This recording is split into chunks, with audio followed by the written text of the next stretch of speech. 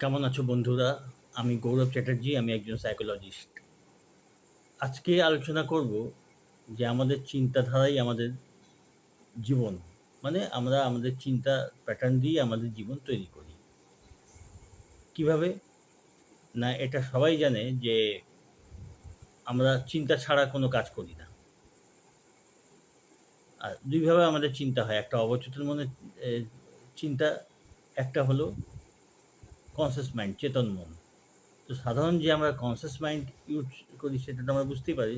কিভাবে ইউজ করি? না কোনো কিছু বাজারে কিছু কিনছি, কারোর সাথে কোনো কথা বলছি, এরকম প্রত্যেকটা কাজেই আমরা কনসিয়াস মাইন্ড ব্যবহার করি। আর তার পেছনে যে অবচেতন মন থাকে সেটা তার কাজ আমরা প্রায় বুঝতেই পারি না। ওগুলো অটোমেটিক্যালি আমরা কাজগুলো করতে থাকি। যেমন অভ্যস্ত হাতে লেখা, কেউ ডিকটেশন দিচ্ছে লিখে নিলাম। আলাদা করে লেখা তখন শিখতে হয় না আমাদের। বা সাইকেল চালানো, হ্যাঁ? সাঁতার কাটা এগুলো ১ম এ অবচেতন মনে যায় না। ১ম এ আমরা চেতন মন বা কনসিয়াস মাইন্ড দিয়েই আমরা ওগুলো শিখি। তারপরে ওটা যখন অবচেতন চলে যায় তখন ওটা অটোমেটিক্যালি ওইসব কাজ হতে থাকে। তো মোটমাট এটা জানা গেল যে আমরা চিন্তা দিয়েই সব কাজ করি। এখন কথা হচ্ছে চিন্তা দিয়েই সব কাজ করি। এই যে অবচেতন মাইন্ডের কথা বললাম এটাও অনেকে শুনেছে। এটা কি হয়? না এটাই কিন্তু আমাদের বাকি জীবনকে যে পরিচালনা করা, জীবনের বাকি সমস্ত দিক দেখা, পরিচালনা করা, এইখানেই এর রহস্য। আমাদের যে মানুষের যে প্রভেদ, চিন্তার প্রভেদ, স্ট্যাটাসের পার্থক্য বা সব দিক দিয়ে যে পার্থক্য একটা মানুষ থেকে আলাদা করে আরেকটা মানুষের মধ্যে যে ডিফারেন্স যেটা আমরা দেখতে পাই, সেটা কিন্তু এই অবচেতন মনের খেলা। তো এটা আমাদের বুঝতে হবে। এটাই কিন্তু আমাদের জীবন যে যাকে বলে জীবনযাপনের যে মান, এতেই নির্ধারিত হয়। কার সাবকনসিয়াস মাইন্ড কীভাবে প্রোগ্রামড করা রয়েছে। এইখানেই একটা কথা আসে মাইন্ডসেট। মাইন্ডসেটটা কি? যার মাইন্ডসেট যেমন তার জীবনযাপনের ধরন তেমন। মানে যে গরিব তার মাইন্ডসেট ওরকমই, তার পুয়ার মাইন্ডসেট। রিচ যে পয়সাওয়ালা বড়লোক তাদের রিচ মাইন্ডসেট। সেমনি অসুস্থ তাদের মাইন্ডসেট অসুস্থ। মানে এটা হলো আমাদের অবচেতন মন যেরকম মাইন্ডসেটকে নিয়ে রয়েছে সেরকমই আমাদের জীবন হয়। এবং একটা জিনিস, আমাদের ভেতরে যেমন হয়ে রয়েছে মন, আমরা কিন্তু বাইরে সেরকমই এক্সপেরিয়েন্স করি। কোনো কিছু বাইরে থেকে ভেতরে আসে না। ভেতর থেকে বাইরে যাচ্ছে। আমরা যেমন আমাদের জগৎ তেমন, সোজা কথা। তো এখন এই যে মাইন্ডসেটের ব্যাপার রয়েছে, এটা কি? না চিন্তার সমষ্টি, যেই ধরনের চিন্তার প্যাটার্ন আমাদের মনে বসে রয়েছে, ওটাই আমাদের মাইন্ডসেট। যে গরিব তার পুয়ার মাইন্ডসেট, যে সম্পন্ন তার মাইন্ডসেট সেরকম। এখন এই মাইন্ডসেট কী হয়? না কিছুটা অনেকের থাকে যে পুরনো সংস্কার, জন্ম থেকে ওই ধরনের সংস্কার নিয়ে সে জন্মায়, ওই ধরনের প্যাটার্ন নিয়ে যায়, জন্মায় মাইন্ডসেট নিয়ে। এবং তারপরে তার বাড়ির পরিবেশ, বাইরের পরিবেশ যেমন শিক্ষা-দীক্ষা সব কিছু একটা প্রভাব পড়ে। আস্তে, আস্তে অবচেতন মনে সেটা যায় এবং সে মাইন্ডসেট তৈরি করতে নানানভাবে সাহায্য করে। এখন সেটা ভালোও হতে পারে, মন্দও হতে পারে। তো যেমন যদি কেউ রুগ্ন চিন্তা সবসময় নিয়ে থাকে বা জন্মগত ওরকম চিন্তা রয়েছে, তার মধ্যে পরিবেশ থেকে অ্যাডপ্ট করলো সেরকম চিন্তা, তখন সে রুগ্ন একটা মানসিকতা তার ভেতরে থাকে, সে তখন রোগ অ্যাট্রাক্ট করবে।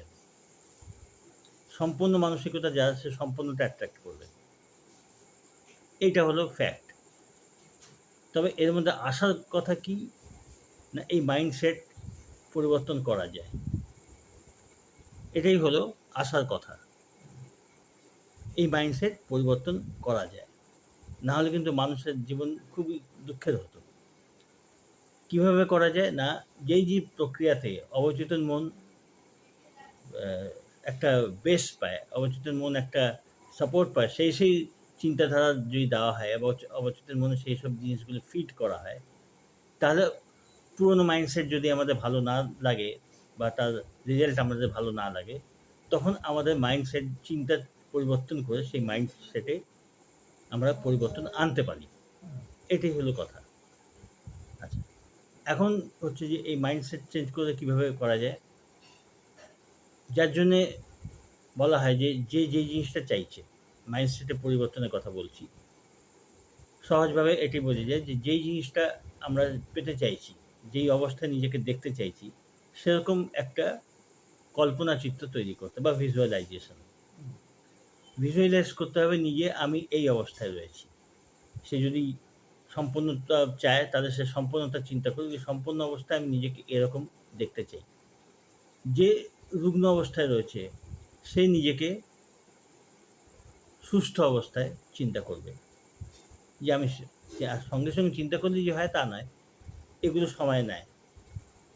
সেরকম যে নিজেকে ভালো স্টুডেন্ট মানে হতে চায়, সে নিজেকে ওই অবস্থায় দেখুক। মানে একটা নিজে কল্পনা চিত্র, সম্পন্নতা, সুস্থ অবস্থা, তারপরে আর যেটা সে ব্যবসার দিকে সে সফল ব্যবসায়ী সে সেটা সেরকম চিন্তা করুক। তো ওরকম একটা মাইন্ডসেট নিজের মনের ভেতরে একটা কল্পনা, একটা ওরকম নিজের চিত্র তৈরি করতে হয়। সেইটা বারবার দেখা। এটা ব্রেনের নিতে কিছু সময় নেয়, কয়েক সপ্তাহ সময় নেয়। ওটা মানুষের মনের অবস্থার উপর ডিপেন্ড করে। কয়েক সপ্তাহের মধ্যে ব্রেন ওটা নিতে আরম্ভ করে দেয়। মানে ব্রেনে ওটা বসতে আরম্ভ করে দেয়। তখন বিশ্বাস হতে আরম্ভ করে। আচ্ছা, এর মধ্যে একটা ব্যাপার যে আমি যে এটা করব যে আমি এই অবস্থা চাই না, এর থেকে বেটার অবস্থা চাই। এটা কিভাবে আসবে? জোরটা আমি কোথায় পাবো? বিশ্বাসটা কোথায় পাবো? বিশ্বাসটা এইভাবে হবে যে এই লাইনে যারা রিসার্চ করেছে সে স্পিরিচুয়াল লাইনের লোকই হোক আর মনোবৈজ্ঞানিকই হোক, একটা জিনিস তারা প্রত্যেকে জানে যে যেমন আমরা চিন্তা করি আমাদের অবচেতন মন সেমনিভাবে তৈরি হয়। এবং কোনো কিছুই বাইরে থেকে ভেতরে আসছে না। আমাদের ভেতরের জগৎ আগে তৈরি হয়, তারপর তার থেকে বাইরের জগৎ তৈরি হয়। এবং ভেতরের জগৎ যে তৈরি হয় সেটা চিন্তার জগৎ। সেটা যখন ঠিকভাবে তৈরি হবে, কল্পনাটাকে আমরা যখন ঠিকভাবে দেখতে পারবো, কল্পনা নিজের অবস্থা, এটা যখন ঠিকভাবে তৈরি হবে, মন মতো আমরা তৈরি করতে পারবো। বারবার সেরকম চিন্তা করে, বারবার অ্যাফার্মেশন করে, হ্যাঁ? যখন আমরা সেই চিন্তাকে যখন তৈরি করতে পারবো, তখন ওটা আমাদের ভেতরকার সম্পদ হবে। আর ভেতরে যখন সম্পদ সেটা আমাদের হয়ে যাবে, তখন ভেতরে আমাদের মন সেরকমভাবে তৈরি হবে, সেরকম মাইন্ডসেট তৈরি হবে। আর যখন সেটা হবে, বাইরে তার প্রতিফলন দেখব। এটাই প্রমাণিত, বহুল প্রমাণিত। তো তাহলে এটা বোঝা যায়, এইটাই আমাদের বিশ্বাসের কিন্তু পুঁজি। যে সবকিছু ভেতর থেকে বাইরে হয়। ভেতরে আমরা যদি পরিবর্তন আনি, বাইরে পরিবর্তন হবে। আমরা দেখতে পাবো সেটা। আর ভেতরের পরিবর্তন আনা যায়। তার জন্য যেসব উপায় আছে সেগুলো প্র্যাকটিস করতে হবে ধৈর্য ধরে।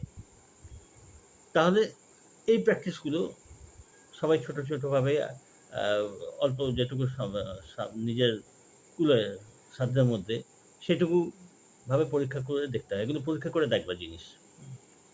নিজের কন্ডিশনটাকে আপলিফ্ট করবার জন্যে সেরকম ধরনের অল্প করে এগুলো প্রয়োগ করা। এটা দরকার হয়। ঠিক আছে? এই নিয়ে পরের যে ভিডিওগুলোতে আলোচনা করার আছে সেগুলো আলোচনা করা যাবে। আশা করি তোমাদের এটা ভালো লেগেছে। ভালো থেকো, সঙ্গে থেকো।